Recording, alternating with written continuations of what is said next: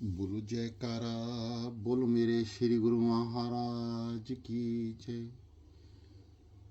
बोलो सच्चे दरबार की जय। बोलो श्री नगरी निवासी भगवान की जय। बोलो श्री परमहंस दयाल जी महाराज की जय। श्री अद्वैतानंद सच्चिदानंद प्रकाश।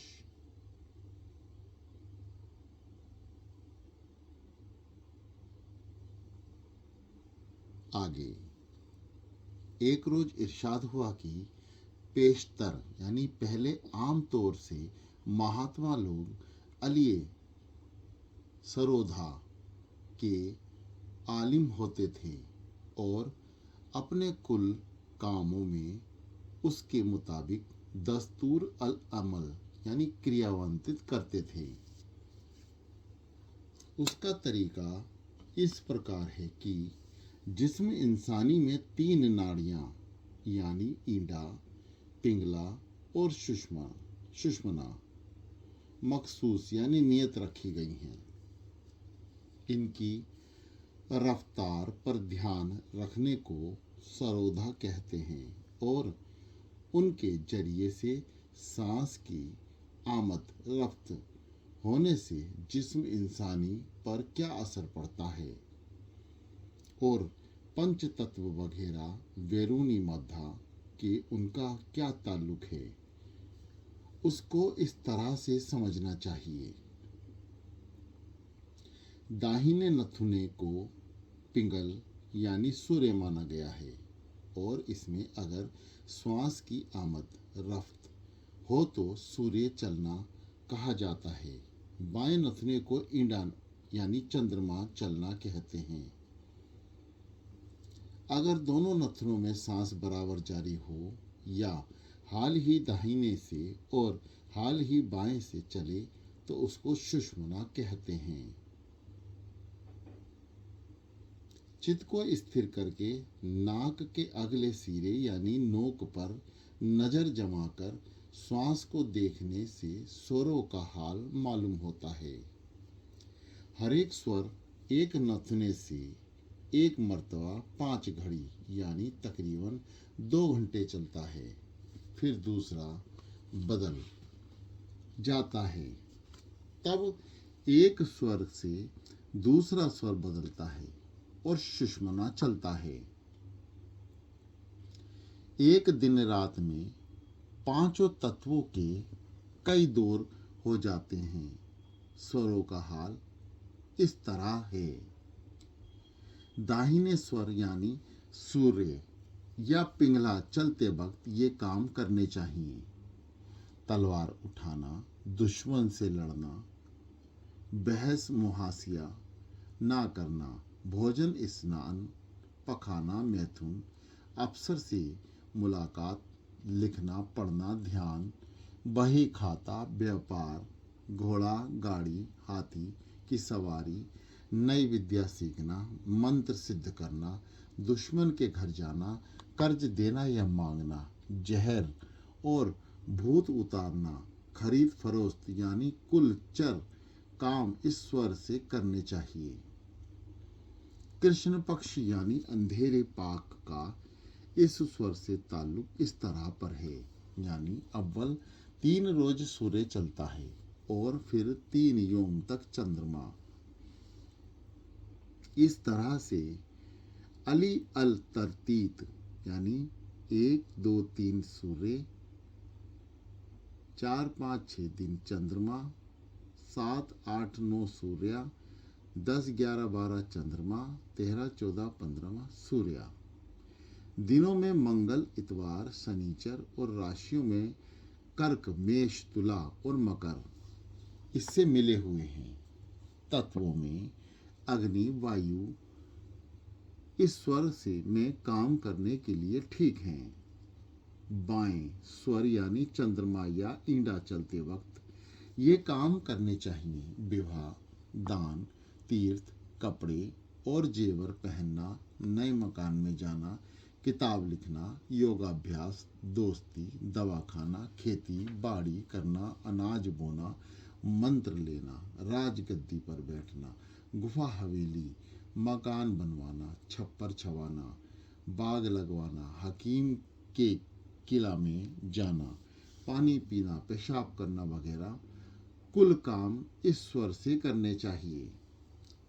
शुक्ल पक्ष यानी उजाले पाक का ईश्वर से ताल्लुक इस तरह पर है, यानी अव्वल 3 रोज चंद्रमा चलता है और फिर 3 दिन तक सूर्य, फिर इसी तरह या के बाद दियारे, यानी 1 2 3 दिन सूर्य, 4 5 6 चंद्रमा, 7 8 9 सूर्य, 10 11 12 दिन चंद्रमा और 13 14 15 दिन सूर्य। दिनों में सोमवार, बृहस्पतिवार, शुक्रवार और राशियों में वृष, वृश्चिक, सिंह और कुंभ इसमें मिले हुए हैं। तत्वों में जल, पृथ्वी, चंद्रमा स्वर में काम करने के लिए ठीक है। अगर सुषुम्ना में दुनिया के कोई काम करो तो देर या नुकसान हो, तकलीफ या कलेश हो, किसी से मिलने जावे तो आदमी ना मिले। मीन, मिथुन, कन्या और धन इसकी राशियां हैं जिसमें भोजन, योग और आत्माभ्यास करना चाहिए। उम्र अलनासी प्राण तत्वों का असर और उससे हालात जेल मुतालिक हैं। दिन को चंद्रमा और रात को सूर्य चलने से उम्र भरपूर होती है। अगर इसके खिलाफ कार्रवाई हो तो बीमारी पैदा हो। अगर अग्नि तत्व कायम हो तो 8 पहर तक 12 सूर्य चलता है और 3 साल का यार है। अगर 16 पहर तक सूर्य चलता रहे तो 2 साल का यार है। अगर 3 रात व 3 दिन बराबर सूर्य चलता रहे तो 1 साल का यार है। अगर 16 दिन रात बराबर सूर्य चलता रहे तो 1 महीने का यार है। अगर 1 माह दिन रात बराबर सूर्य चलता रहे तो 2 दिन का यार है। अगर 3 रात दिन आकाश तत्व चले तो 1 साल का यार है। अगर 1 माह तक रात को बराबर चंद्रमा चले और दिन को सूर्य चले तो 6 माह में मौत हो जावे। अगर मुंह से श्वास चलना शुरू हो तो 4 घड़ी में मौत हो। 5 घड़ी तक बराबर सुषुम्ना चले तो मृत्यु हो या मुक्ति हो जावे। पहला तत्व पृथ्वी, चाल सन्मुख, रंग पीला, प्रणाम 12 उंगल तक, शरीर में स्थान है कलेजा, आहार है खाना पीना, कामेंद्रिया गूदा, ज्ञानेंद्रिया नासा, आकार चकोर, मजा मीठा, गुण सतोगुण, स्वर जिसमें ताल्लुक है चंद्रमा, किस तत्व में कौन काम करना चाहिए स्तक लाल, मुतफरक हालात इस वक्त के वक्त लड़ाई में जावे तो बराबर रहे, फतह हो हारे या जख्मी हो तो हारे। दूसरा जल यानी नीचे की तरफ चाल है, रंग सफेद है, प्रमाण 16 इंच, शरीर में स्थान है भाल, आहार है मैथुन, कामेंद्रिय है लिंग, ज्ञानेंद्रिय जुबान, आकार लंबा, मजा मीठा। किस तत्व में कौन काम करना चाहिए?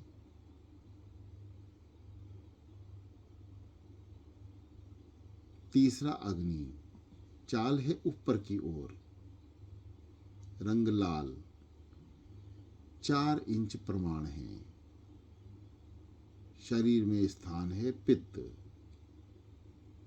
कामेंद्रिया द्वार पैर, ज्ञानेंद्रिया आंख, आकार तिकोना, मजा 4 परा, गुण रजोगुण, स्वर जिसमें ताल्लुक है सूर्य।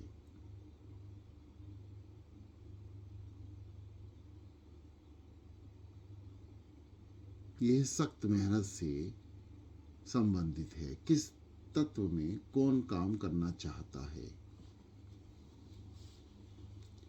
यह सदगुरुदेव भगवान जी ने एक टेबल बनाई है।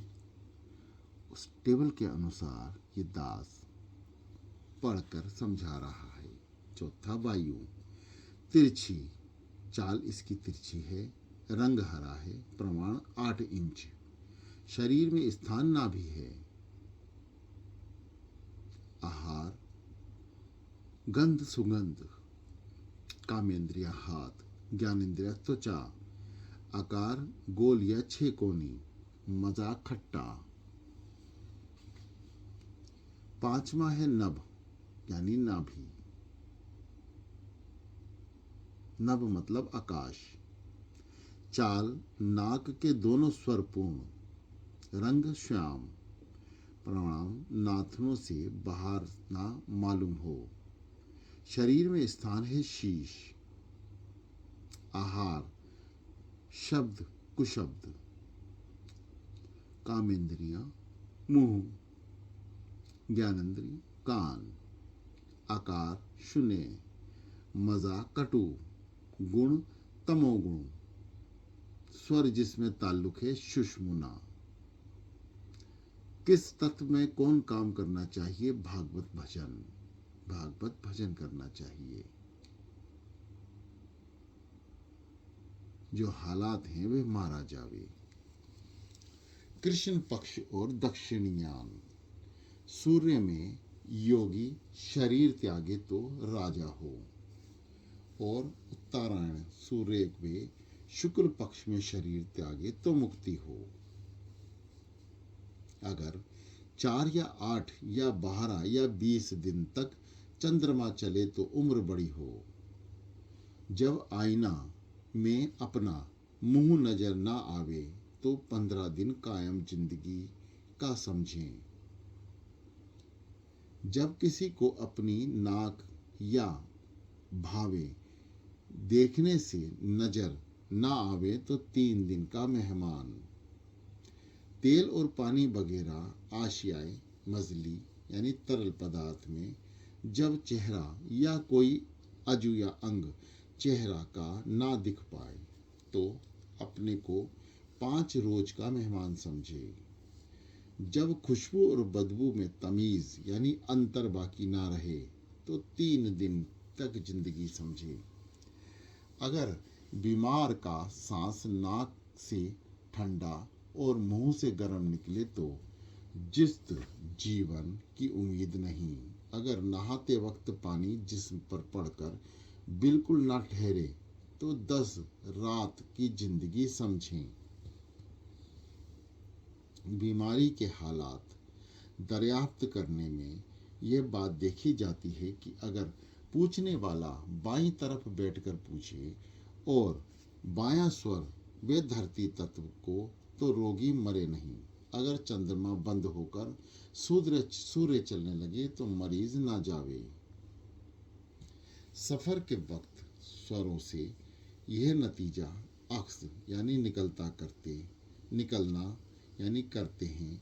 अगर सूर्य का दिन हो तो दाहिना स्वर हो तो पहले 3 कदम आगे रखें। अगर चंद्रमा का दिन हो तो बाएं स्वर हो तो पहला बाएं कदम 4 मर्तबा आगे रखें। दाहिने स्वर में पूर्व और उत्तर को जाना, बाएं स्वर में दक्षिण और पश्चिम की तरफ जाना दुरुस्त है।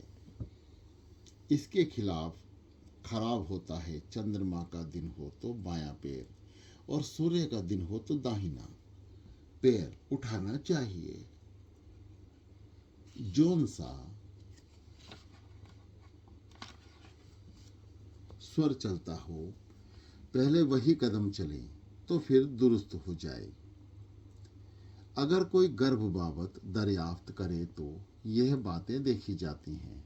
स्त्री गर्भ में की बाबत अगर कोई दरियाफ्त करे कि गर्भ है या नहीं तो इस तरफ दरियाफ्त करने वाला बैठा है। अगर उस तरफ का स्वर बंद है तो गर्भ है। अगर स्वर चलता हो तो गर्भ नहीं।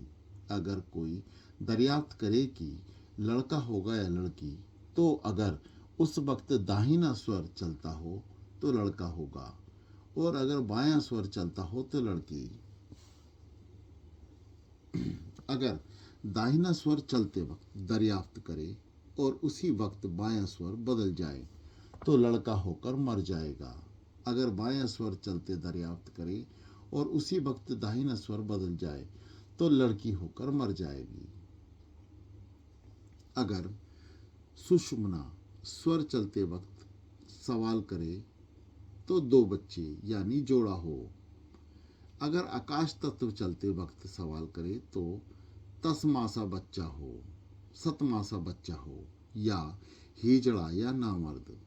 अगर अग्नि तत्व चलते वक्त सवाल करे तो ओछा यानी कच्छा गिर जाए। अगर वायु कच्चा गिर जाए। अगर वायु तत्व चलते वक्त सवाल करे तो छाया हो, बड़े नहीं, पेट में ही बिमला जाए। अगर जल तत्व चलते वक्त सवाल करे तो लड़का हो।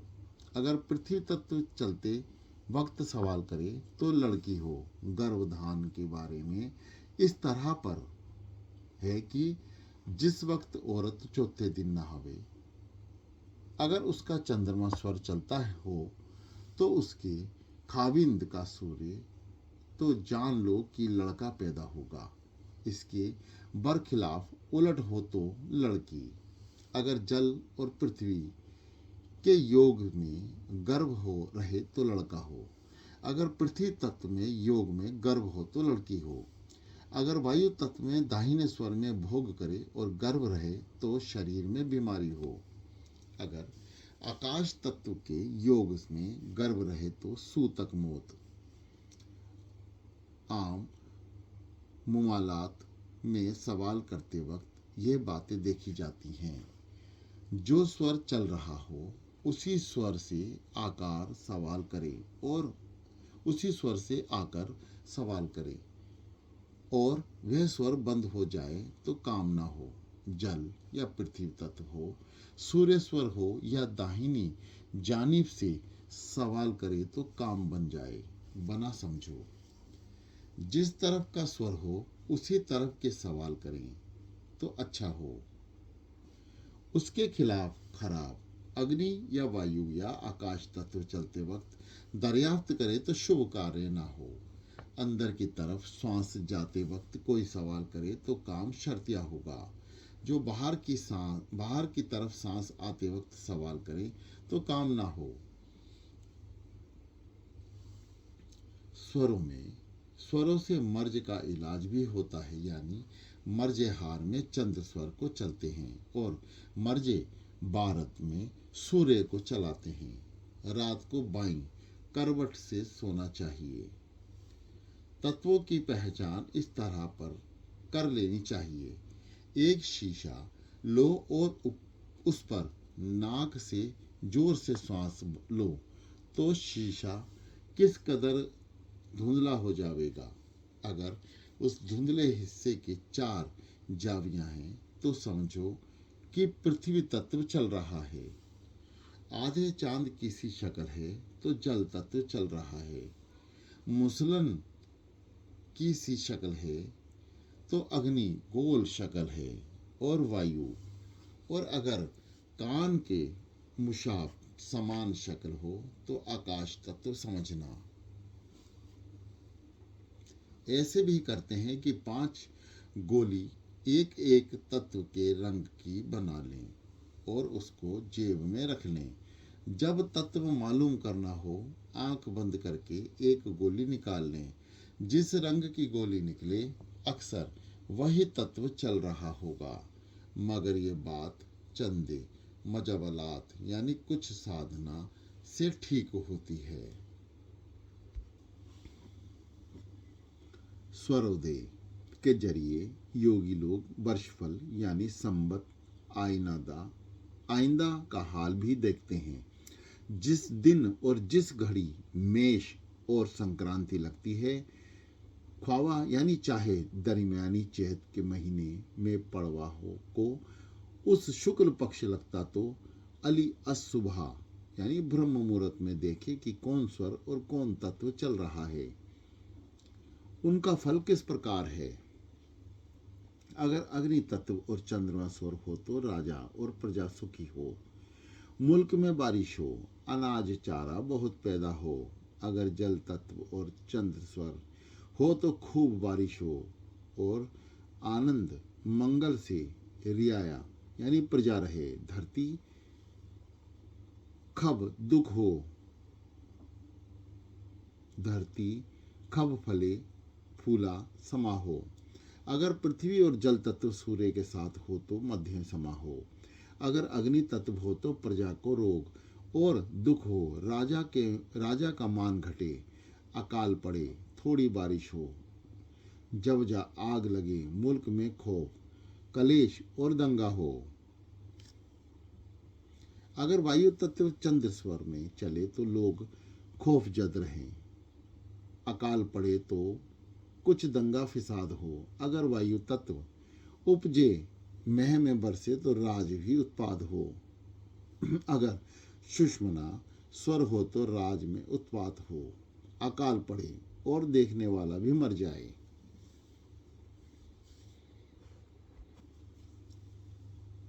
आगे, एक रोज इल्म स्वरोदार का तज़किरा हो रहा था कि एक साहब दीवान जोगराज जी ने इसके एक अमिल यानी सिद्ध का हाल बयान किया कि वह हर एक काम श्वासों को देखकर करते रहें। एक मर्तबा वे दीवान साहब से मिलने आए। उनका मकान अंदरूनी मोहल्ला था, दरवाज़ा खुला हुआ था। बगैर दरियाफ्त या तलाश मकान के अंदर घुसे हुए चले गए। दीवान साहब ने उनसे दरियाफ्त किया कि आपको मकान का कैसा पता चला, तो जवाब दिया कि रास्ते में जिस कदर चौराहे वगैरह मिलते गए वहाँ ठहर कर श्वास को देख लेते थे। जिस तरफ का स्वर चलने लगता उसी तरफ का रवाना हो जाते।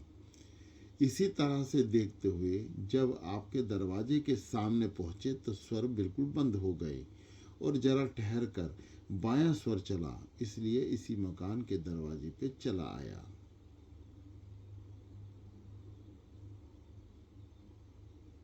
आगे, एक रोज बाबू कालिका प्रसाद जी ने जिक्र किया कि हम एक जगह गए और अपने एक दोस्त से पूछा कि वहाँ कोई फकीर मिलने के लायक है। उन्होंने जवाब दिया कि 2 फकीर हैं,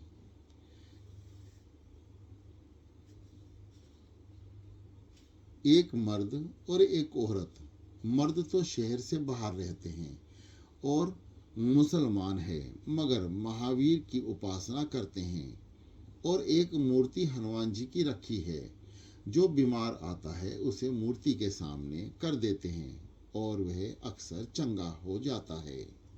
एक शख्स गाठिया का बीमार आया, उसको 3 मर्तबा मूर्ति के सामने पेश किया, मगर वे चंगा ना हुआ। तब तो फकीर साहब सोटा उठाकर पिल पड़े और मूर्ति को खंडित कर दिया। इत्तेफाक से वह आदमी चंगा हो गया। नज़र भेंट करके आया तो फकीर साहब ने कहा कि हमारा बाबा ने तुझको अच्छा किया, मगर पिटकर और मार खाकर, इसलिए तुम इनकी मूर्ति को दुरुस्त करा दो और नया चोला चढ़ा दो। उससे हमारी भी बातचीत हुई। दूसरी औरत थी, बाजार में बैठती थी। जब हम उसके पास गए तो वह त्राटक कर रही थी।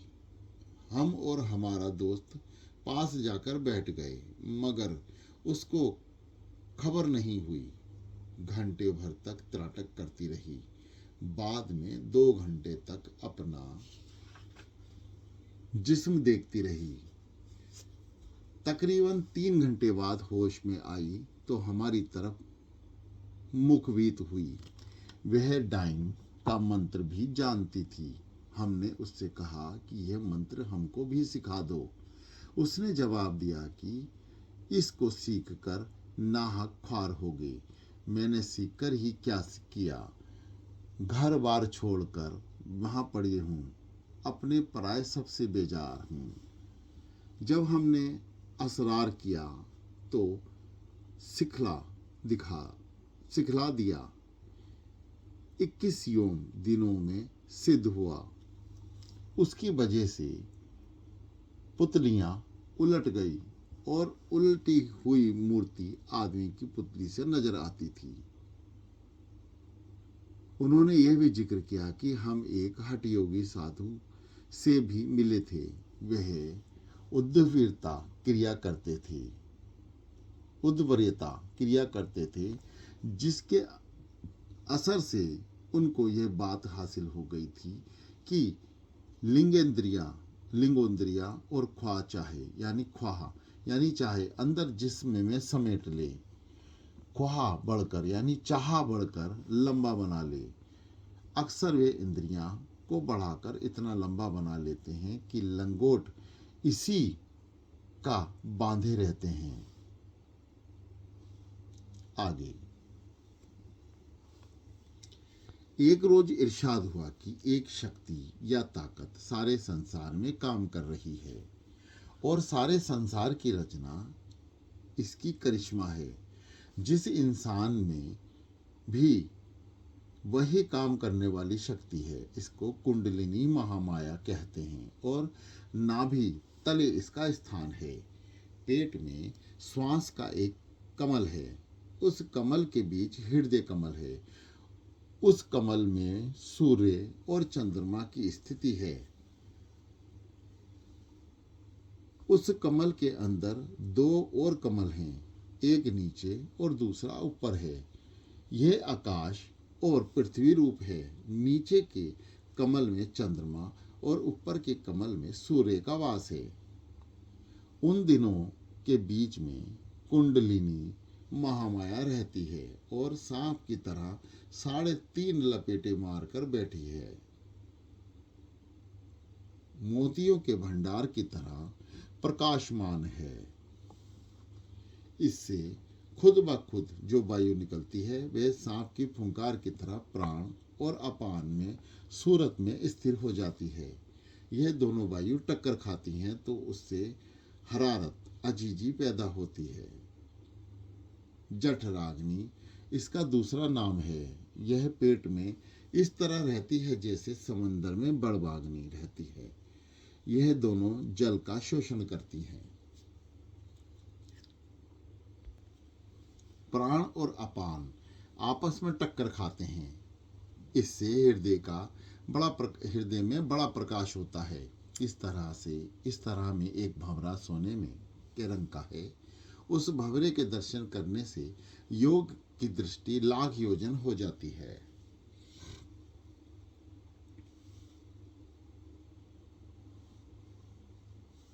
वायु, शीतल वायु को चंद्रमा और गर्म वायु को सूर्य कहते हैं।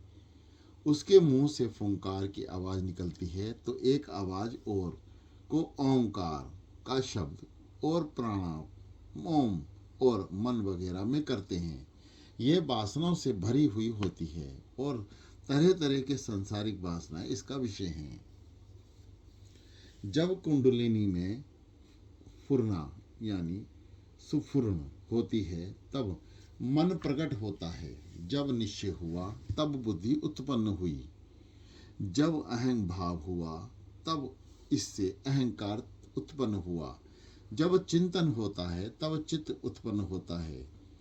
रस लेने की इच्छा से, जल सूंघने की ख्वाहिशों से पृथ्वी, इसी तरह से 5 तन्मात्रा, 4 अंतःकरण, 14 इंद्रियां और सब नाड़ियां इसी कुंडलिनी में पैदा होती हैं। मन से 3 लोक, 4 वेद उत्पन्न होते हैं और सब कर्म धर्म इसी से प्रकट होते हैं। यह स्थिर रूप में पिंड में और सूर्य सूक्ष्म में ब्रह्मांड में विराजमान है। पिंड से ब्रह्मांड को सूक्ष्म नाड़ी में होकर रास्ता है। प्राण को ठहरने से सिद्ध के दर्शन होते हैं। सुषुम्ना के भीतर जो ब्रह्मरंध्र है उसमें पूरक द्वारा जब कुंडलिनी शक्ति स्थित होती है वह रेचक वायु प्राण के प्रयोग से 12 उंगल तक मुख से बाहर या भीतर या ऊपर एक मुहूर्त तक एक ही बार स्थित होती है, तब भी आकाश में सिद्ध के दर्शन होते हैं।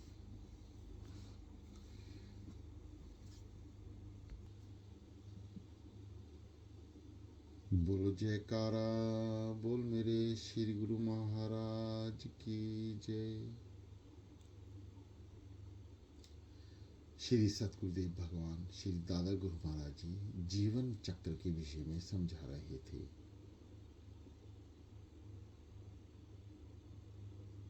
कुछ दिन लगातार पाठ को सुनना और समझना श्री सतगुरुदेव भगवान जी की कृपा से ही हो सकता है। बोलो जयकारा, बोल मेरे श्री गुरु महाराज की